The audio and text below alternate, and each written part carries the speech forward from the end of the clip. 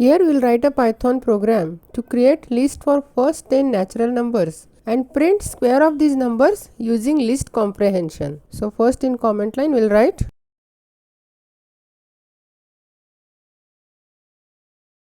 So first we will define empty list. We are going to insert 10 natural numbers. So we will use for loop. So for I in range 1, 10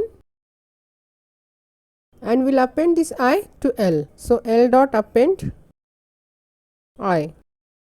Then first we will print original list.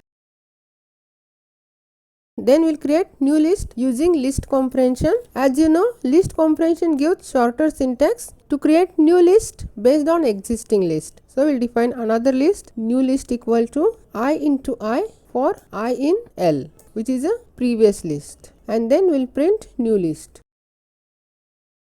and we will execute this. It will print original list as 1 to 9 and second list with square of the elements from first list as 1, 4, 9, 16 up to 81. If we give here 11 and we execute, it will print number from 1 to 10.